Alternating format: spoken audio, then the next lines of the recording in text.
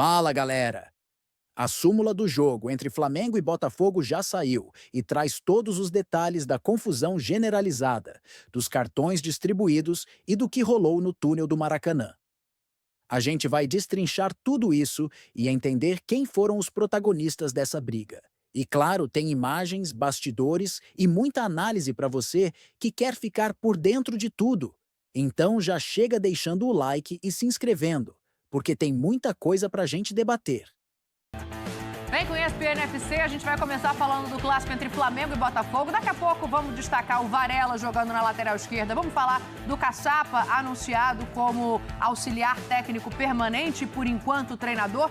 Mas a primeira informação desse clássico não tem como ser outra. A súmula do jogo, apitado por Bruno Mota Correia, saiu. E depois das cenas que a gente viu ontem, a gente tenta aqui entender os cartões distribuídos, o motivo time do Botafogo ter ficado ali no túnel e tudo isso está justificado assim, ó. A confusão teve início, diz o árbitro na súmula, quando o Barbosa deu um soco no jogador Bruno Henrique. Depois de muito empurra-empurra entre todos os jogadores das duas equipes, os seguranças, tanto de Flamengo quanto de Botafogo, conseguiram separar os jogadores e assim a confusão dentro do campo se encerrou. Isso é o resumo que ele faz do que aconteceu no gramado. Daqui a pouco a gente vai entender os cartões que ele aplica no campo de jogo. Aí ele segue. Os jogadores do Botafogo não queriam ir para o vestiário e continuaram a briga, sendo capitaneados pelo jogador Alex Telles, que falava para os seus companheiros: vamos ficar aqui, vamos esperar por eles. Não vamos sair daqui, vocês vão esperar por eles. Vai se... 3 pontinhos.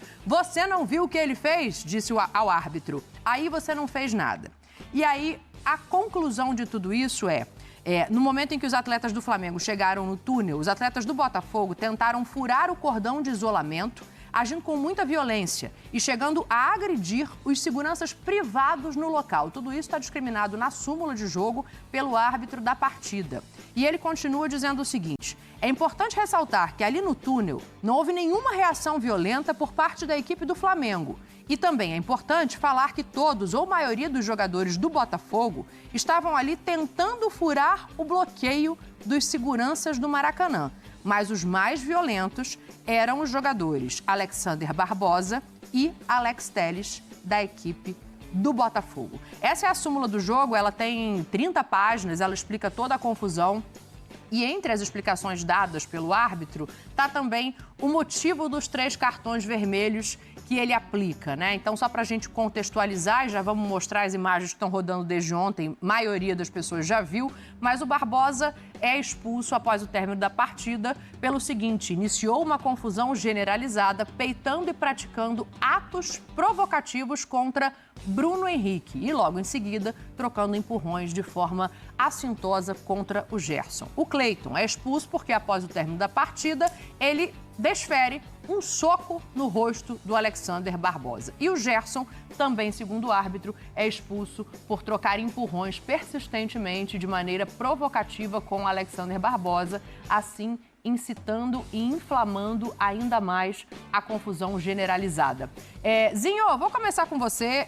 A gente já viu isso antes, infelizmente é uma cultura de que quando começa uma confusão desse tamanho, ninguém quer sair por baixo. E aí não tem só a turma que vai para separar, tem a turma que vai para inflamar também. Acho que na súmula mostra que o Alex Telles foi, infelizmente, um desses caras. O Gerson, ele empurra ali o Barbosa, é o início da tentativa de separação. Mas isso dura muito pouco, né, Zinho? Eu quero te ouvir como ex-jogador, eu quero te ouvir como torcedor, eu quero que você comece a análise, porque infelizmente a gente vai falar de bola já já. Primeiro a gente vai falar da luta livre. Mas isso aí ocupou muito mais espaço na mídia do que o próprio jogo, né? Como eu falei, não foi um grande clássico, né? Mas a gente vai falar disso. Infelizmente, né? Infelizmente, cenas lamentáveis, né? Não é o objetivo, o esporte não é para isso. Me parece o seguinte, né?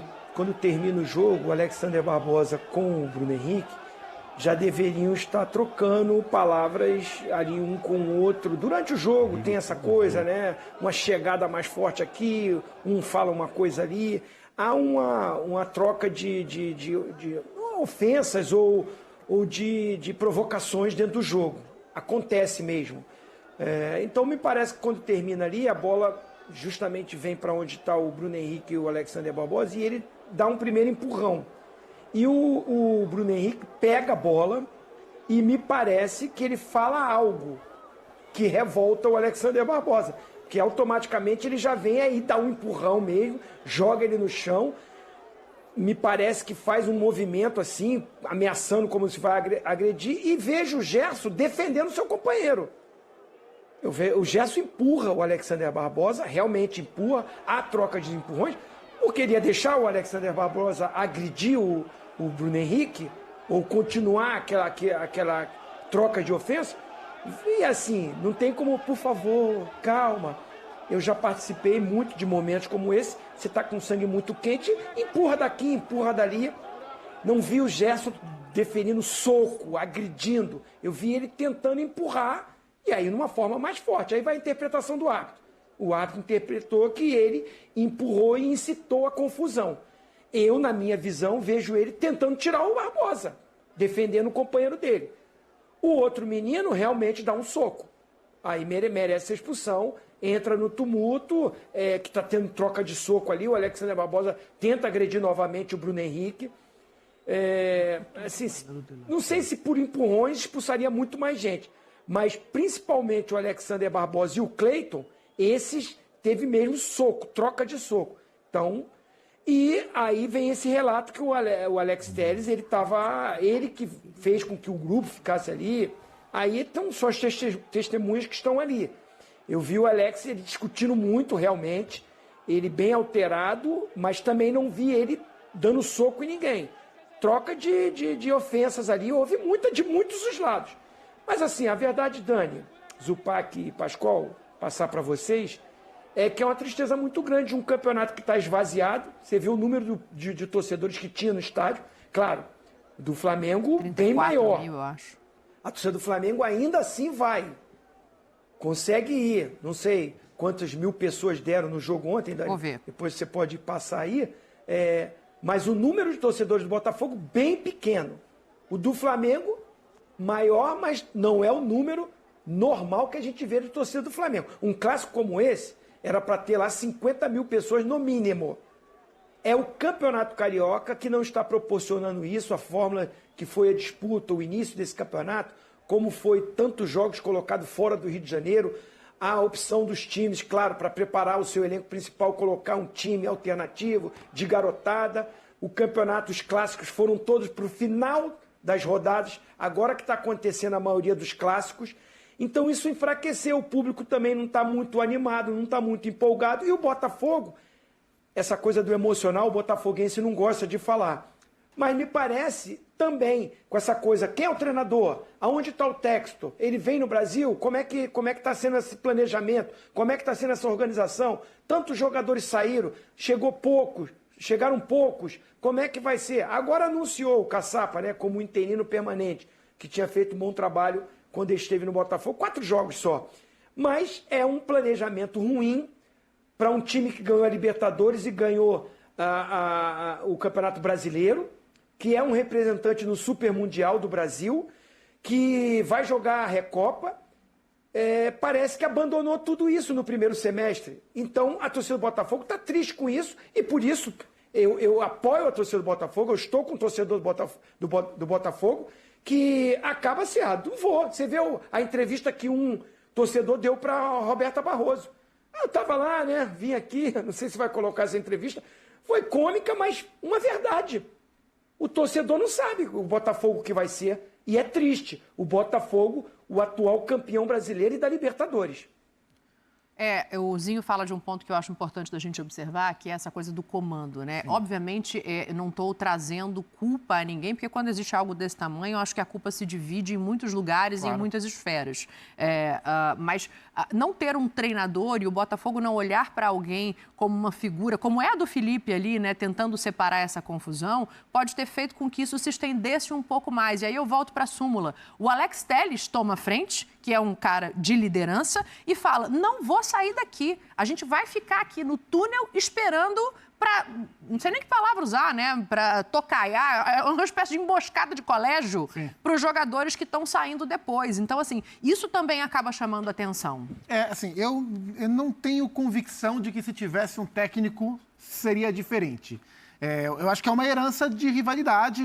Os jogadores do Botafogo perderam a Supercopa para o Flamengo, os jogadores do Botafogo perderam o Clássico de novo para o Flamengo. O Barbosa claramente estava acima do tom, né? Ele já havia se desentendido com o Bruno Henrique no jogo. No segundo tempo, teve uma hora que o Wesley tentou dar uma carretilha, ele chegou junto no Barbosa, Wesley. né? O Barbosa também chegou junto no Wesley. Então estava um tom acima. O Léo Ortiz na entrevista... O Juninho sai da partida depois de uma entrada dele também. E o Léo Ortiz, depois do jogo, na entrevista oficial lá, ele fala, é sempre a mesma pessoa que começa, né? Então, assim, o Barbosa estava acima do tom. E a partir do momento em que você risca o fósforo e joga na gasolina, você não consegue mais controlar. E aí não tem mais quem estava certo, quem estava errado. A partir do instante em que começou, você perde o controle. E ninguém conseguiu controlar. Assim, as cenas do campo, elas são horríveis. Agora, as cenas do vestiário, elas são absolutamente caóticas. Para mim, são piores. Para mim, o túnel é pior do que o campo. E eu me lembro, a gente viu no fim do ano passado, antes da final da Libertadores, Galo e Botafogo no Independência vazio, sem torcida, não foi? Acho que foi sem torcida. Uma briga danada também no Boca do Túnel, de novo envolvendo o time do Botafogo, sabe? Então, assim, tá acima do tom, tá? Então, assim, é muito triste o que a gente viu ontem, de lado a lado. O Cleiton, como o Pascoal falou, o Cleiton poderia ter apagado o Barbosa. Se ele acerta, o Barbosa é forte, mas se ele acerta o soco que ele tentou dar no Barbosa, ele apaga o Barbosa. O Barbosa tenta dar um soco no Bruno, erra, né? Mas assim, chegou a tentativas de soco. O único que acerta é o do Cleiton, mas foram várias tentativas de soco. Mas ainda pegou, mesmo assim, ainda pegou de raspão. Muitas vezes a gente leva pro tom da brincadeira, da chacota. Lógico. Porque é muito triste o que a gente vê, né? Esses fatos, né, que a gente está repercutindo, está mostrando a todo momento, são fatos absolutamente lamentáveis, né? Eu não tenho dúvida que o Bruno Henrique pegou a bola e fez gracinha, porque antes da bola chegar, o Barbosa já estava empurrando o Bruno Henrique. Sim. Antes da bola chegar, o Barbosa já estava empurrando o Bruno Henrique. Aí, quando a bola chegou, o Bruno Henrique deve ter pegado a bola, ter feito uma gracinha, sabe lá o que o Bruno Henrique falou, aí começou... Mas seja lá o que for, não justifica, né? Senão a gente está partindo para uma sociedade em que a agressão física é justificada. Isso aí é fora do normal. As pessoas estão passando da linha do razoável. Porque gente, essas coisas assim, jogar futebol na internet, jogar aquele joguinho, as pessoas perdem e ganham e depois se recuperam no outro mesmo, nos instantes segundos. Só que na vida é diferente. A vida é diferente. O futebol praticado no campo de jogo é diferente das brincadeiras da internet. Não adianta, aí o pessoal, os mais valentes da internet falam muitas coisas, depois ficam com problemas para resolver com a justiça. Esse caso aí vai parar no STJ, vai parar no Tribunal de Justiça do Rio de Janeiro para ver o que vai acontecer. Eu não sei que tipo de punição.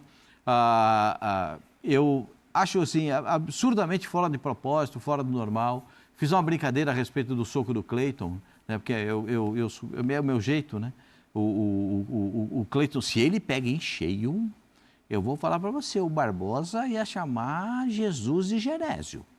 Porque se ele pega aquele cruzadão que ele deu, Jesus, ia encher o Barbosa. Mas aí, aquele negócio, perdeu só um dente e tal, agora vai ter que fazer, vai ter que ir no dentista, aí sobe pro túnel. É segurança, polícia, funcionário. Todo mundo querendo ali, os seguranças do estádio, os seguranças do clube, a polícia militar, ninguém consegue segurar. Precisa ter um freio nisso. Sim. Precisa ter um freio nisso. Gente, ganhar e perder faz parte do jogo, hein? E talvez se encontre numa final de campeonato. Claro. Né? Numa semifinal, eventualmente, pode se encontrar. Tem Campeonato Brasileiro, tem Copa do Brasil, tem Libertadores da América. Né?